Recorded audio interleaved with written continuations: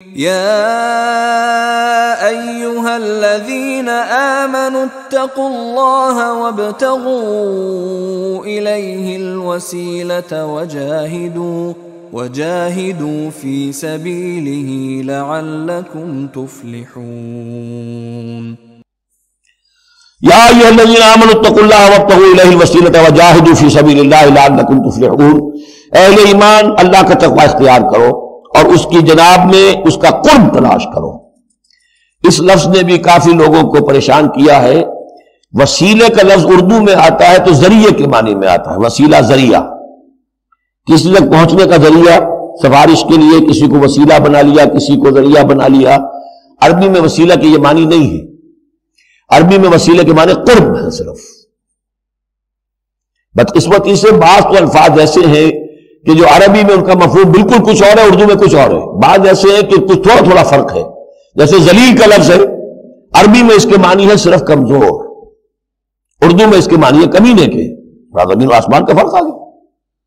جیسے کہ ہم پڑھ آئے ہیں وَلَقَدْ نَصَرَكُمُ اللَّهُ بِبَدْرٍ وَأَنْتُمْ أَذِلَّةٌ، اے مسلمانوں یاد کرو اللہ نے تمہاری مدد کی تھی بدر میں جبکہ تم بہت کمزور تھے۔ اب اگر وہاں ذلیل کا ترجمہ اردو والا کر دیا جائے تو پھر ہمارے ایمان کے لالے پڑ جائیں گے۔ اسی طریقے سے عربی میں جہل کے معنی جو ہے وہ جذباتی ہونا ہے، ان پڑھ ہونا نہیں۔ پڑھے لکھے جاہل ہو سکتے ہیں، جذباتی ہیں، اکھڑ مزاج کے لوگ ہیں۔ وہ غیر عالم کو جاہل نہیں کہتے، لیکن اردو میں جاہل کہتے ہیں جو ان پڑھ ہو۔ اسی طریقے سے یہ لفظ وسیلہ ہے، اس کا جو اصل مفہوم ہے قرب۔ اہل ایمان اللہ کا تقوی اختیار کرو، نمبر ایک۔ وابتغوا الیہ الوسیلہ، نہیں آگے بڑھو، اس کا قرب تلاش کرو، تقرب، اس سے نزدیک ہو جاؤ، قریب سے قریب ہو جاؤ۔ لیکن اس تقرب کا ذریعہ کیا ہوگا؟ وجاہدوا فی سبیلہ لعلکم تفلحون، اس کی راہ میں جہاد کرو تاکہ تم فلاح پاؤ۔ اس سے بات بالکل کھل گئی۔ تقوی اور تقرب اللہ کے لیے جہاد۔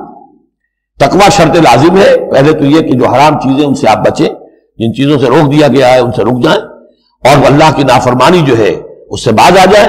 اب اس کے بعد اس کی طرف آگے بڑھنا چاہتے ہیں، تقرب حاصل کرنا چاہتے ہیں، اس کی راہ میں جہاد کی۔